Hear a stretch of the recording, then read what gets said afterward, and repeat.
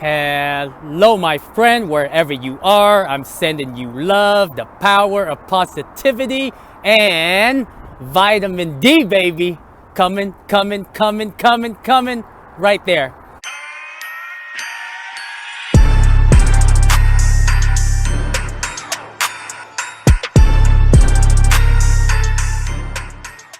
Sun is about to set. My friend, welcome to the Gazillionaires Club.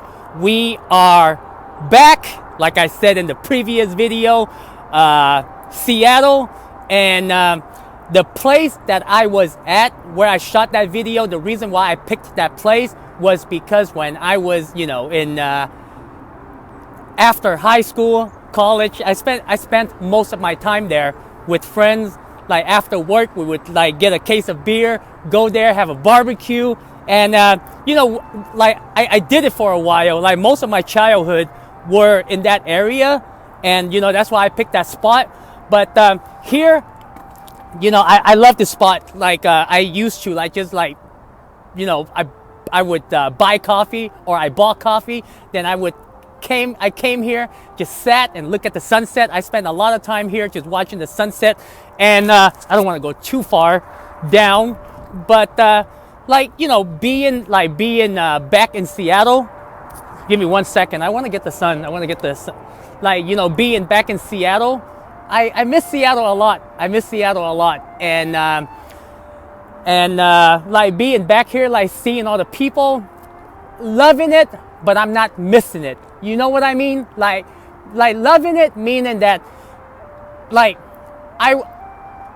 I have more memories of me at the lake than with people, because even though I'm back here, I do have a lot of friends that are in Seattle, but I only, I've only reached out to a few, and that's probably going to be it, because I just don't see the point. And then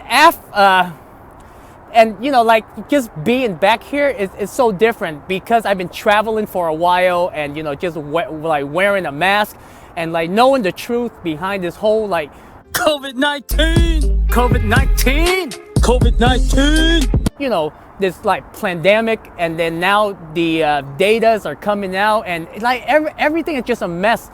And when we start looking at things from that perspective and how people are living in fear, it scares me.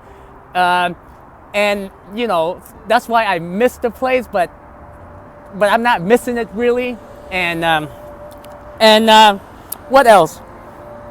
So yeah, overall, I borrowed my mom's car. So I'm just cruising around the city like I usually do, I spend a lot of time just cruising around the city, usually from morning till sunset. And cause I used to live in the basement, and it's really dark down there, and you're supposed to be out, right? This throughout my whole RVing trip. I always encourage you that are watching, go out, get some vitamin D, and here, I say about 90% of the people are wearing a mask, and earlier I walked into Wells Fargo, and there was this guy, or the teller. He's a teller for Wells Fargo, and his name is Matthew. I went in there because I usually look for a sign if there's a sign and it says mask required, then I wear it. But then I didn't see it, right? So I went into Wells Fargo without wearing a mask, and he was acting all paranoid. The first thing that he said to me, in very authoritative kind of thing, "Where's your mask?" or "You have a mask," Yo mama. And he and I was I asked him, "Is that the requirement for everyone?" And he not the requirement for everyone, but is that the requirement for Wells Fargo, or at least in this branch? And he was like, "Yeah, pretty much."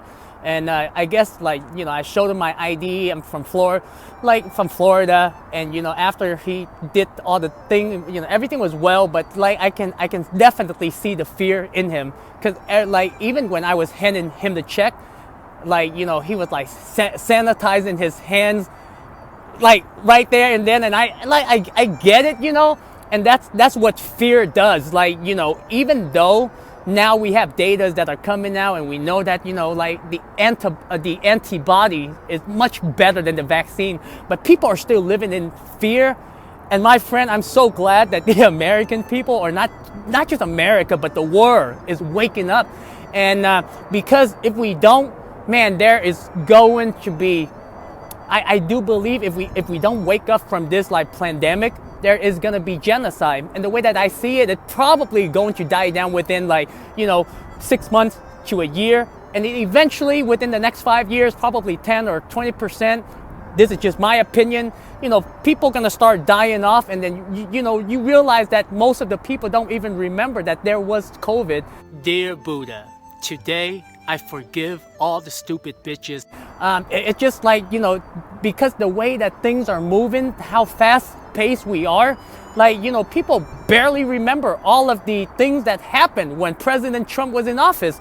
Now everyone just worry about the COVID. So it is what it is. But I'm glad people are waking up. I don't know how far this is gonna go, but it seems like at the current situation, everything is brewing with Russia and Ukraine. And then, you know, with the economy, we know how it goes, right? And I hope we don't fall into the same pattern, but if we do, that is horrible. Anyway, I haven't been paying attention to you know, like politics or anything. Why?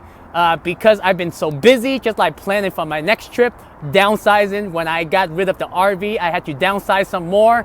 Now it's just me, the laptop, and just like, you know, the iPhones to go and record, and you know, and a couple of shorts and t-shirts. So I'm getting ready for my next trip.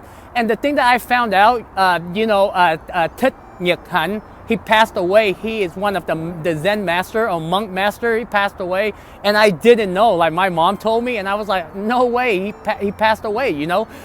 So, like, cause they always expect me to know. Cause usually I'm always, like, you know, on the internet. Like, I love watching, you know, those kind of stuff, and it's a big news, right? It's a big news, and I didn't know. And the reason why I didn't know was because I haven't been paying attention.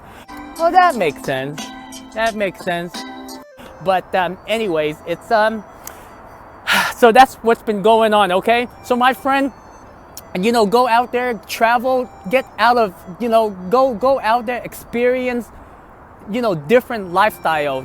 You know, because I feel like the people here, they're really nice people, but when you live in a bubble and you let fear, you know, dictate how you feel, you know, towards other people, that's horrible. It means that every person you see is gonna be like, oh my God, am I gonna die? Am I gonna die from COVID? But my friend, I hope you enjoy the Space Needle, because it's going to be a long time, long time before I come back to the US. I don't see myself coming back here for another like 30 or 40 years. So much love wherever you are, and all of my Americans, all of my American friends, you know, follow my journey. I don't want to, like, you know, tell you where I'm going, because I want to surprise you. I'm going to be here for another week, just spending time with the family, and you know, that's it. But it's cold, and like, it's you know, like, I'm here, I'm present.